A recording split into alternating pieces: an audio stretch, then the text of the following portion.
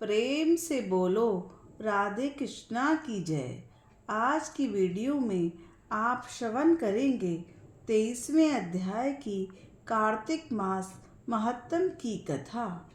23वां अध्याय वर्णन आवरा तुलसी जान।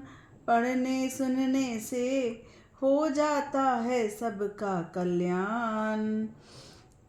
ब्रह्मा जी कहते हैं, कार्तिक व्रत अश्विन की पूर्णिमा से शुरू करके कार्तिक की पूर्णिमा को पूर्ण करते हैं। भक्तिमान पुरुष कार्तिक मास व्रत आरंभ करने से पहले भगवान विष्णु को प्रणाम करके उनसे व्रत करने की आज्ञा प्राप्त करते हैं और फिर विधि पूर्वक कार्तिक मास व्रत का आरंभ करते हैं। कथा का आरंभ करने से पहले आज से पहले की जितनी भी कथाएं कही गई हैं उनको सुनने के लिए तथा कमेंट करने के लिए आप सभी भक्तों का बहुत बहुत धन्यवाद। जब भक्तों के मन में भक्ति सच्ची होती है तो भगवान में कैसी कैसी लीलाएं रचते हैं, कैसे कैसे रूप बनाकर अपने भक्तों की मनोकामनाएं पूर्ण कर देते हैं। जैसे कि आपने पहले की कथाओं में श्रवण किया। आरंभ करते हैं 23वें अध्याय की कार्तिक मास महात्म की कथा। नारद जी बोले, हे राजन, यही कारण है कि कार्तिक मास के व्रत उद्यापन में तुलसी की जड़ में भगवान विष्णु की पूजा की जाती है। तुलसी भगवान विष्णु को अधिक प्रीति प्रदान करने वाली मानी जाती है। हे राजन, जिसके घर में तुलसी वन है वह घर तीर्थ स्वरूप है।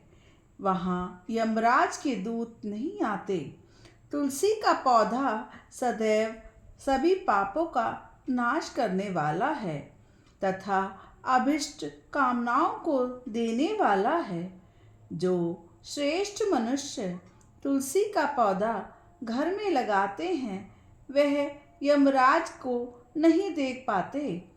नर्मदा का दर्शन, गंगा का स्नान और तुलसी वन का संसर्ग, ये तीनों एक समान।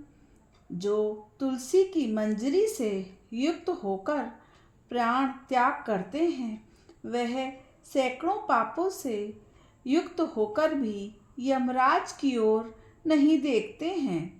तुलसी को छूने से ही कार्मिक, वाचिक, मानसिक आदि सभी पाप नष्ट हो जाते हैं।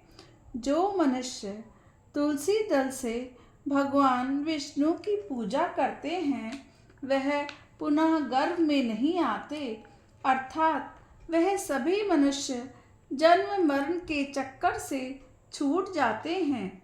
तुलसी दल में पुष्कर आदि समस्त तीर्थों, गंगा आदि सभी नदियों और विष्णु प्रभृति सभी देवता निवास करते हैं। हे राजन, जो मनुष्य तुलसी के काष्ठ की चंदन लगाते हैं उन्हें सहज ही मुक्ति प्राप्त हो जाती है और उनके द्वारा किए गए पाप उनके शरीर को छू भी नहीं पाते हैं। जहाँ तुलसी के पौधे की छाया होती है वहीं पितरों की तृप्ति के लिए श्राद्ध करना चाहिए। जिसके मुख में, कान में और मस्तक पर तुलसी का पत्ता दिखाई देता है उसके ऊपर यमराज की भी दृष्टि नहीं डाल सकते। फिर दूतों की तो बात ही क्या। जो प्रतिदिन आदर पूर्वक तुलसी की महिमा को सुनता है, कहता है, तुलसी का जल सिंचन करता है, तुलसी की जड़ में दीप दान करता है तथा उसका सेवन करता है वह सभी पापों से मुक्त हो जाता है और ब्रह्मलोक को प्राप्त करता है। इसी प्रकार आंवले का वृक्ष भी सभी पापों को नाश करने वाला है। आंवले का वृक्ष भगवान विष्णु को तुलसी के समान ही प्रिय है।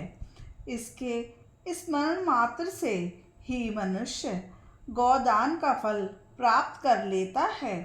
जो मनुष्य कार्तिक में आंवले के वन में भगवान विष्णु की पूजा तथा आंवले की छाया में भोजन करता है, उसके सभी पाप नष्ट हो जाते हैं। आंवले की छाया में मनुष्य जो भी पुण्य करता है वह कोटि गुना फलदायी होता है। जो मनुष्य आंवले की छाया के नीचे कार्तिक में ब्राह्मण दंपति को भोजन देकर स्वयं भोजन करता है वह अन्य दोष से मुक्त हो जाता है।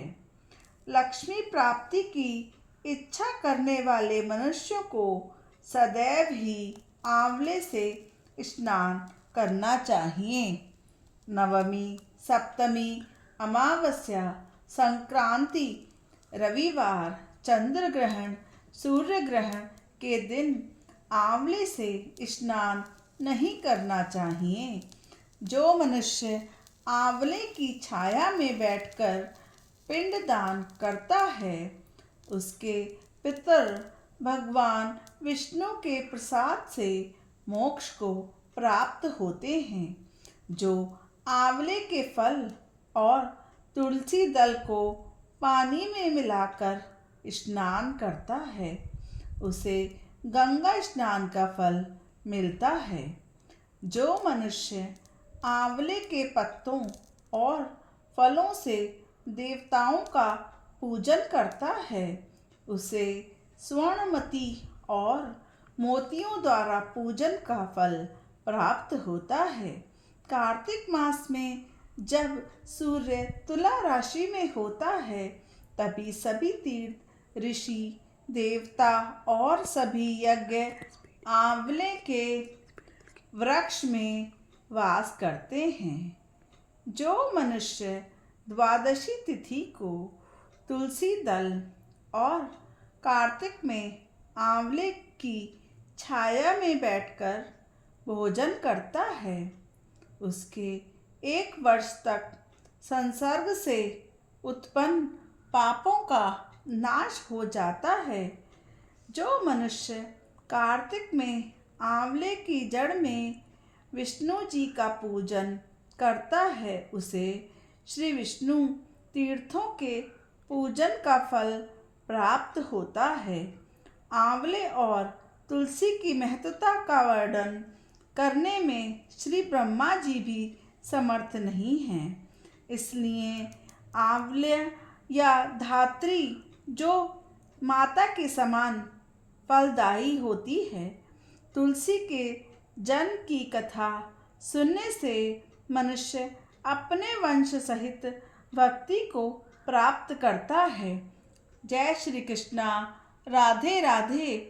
जिस भी मनुष्य को यह कथा में आनंद आया है वह इस वीडियो को लाइक करें तथा चैनल को सब्सक्राइब करें। राधे राधे।